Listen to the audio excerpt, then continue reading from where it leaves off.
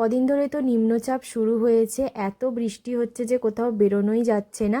কিন্তু প্রয়োজনে তো আমাদের সবাইকে বেরোতে হবে, তাই বৃষ্টিতে ভিজে ভিজেই আমি সকালের দিকে বেরিয়েছিলাম।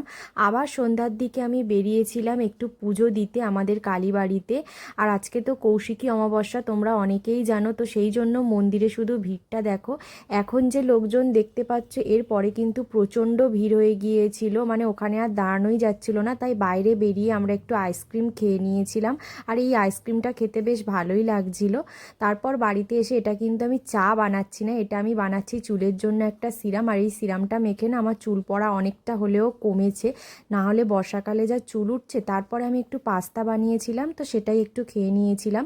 ঘরের ভিতরে ঢুকে দেখি মিনি এখানে পড়ে পড়ে একদম ঘুমাচ্ছে। আর আজকে আমার বাবা ভোগের খিচুড়ি এনেছে, আর ভোগের খিচুড়ি খেতে তো আমাদের সবারই খুব ভালো লাগে। তোমাদের কার কার ভোগের খিচুড়ি খেতে ভালো লাগে কমেন্টে জানিও।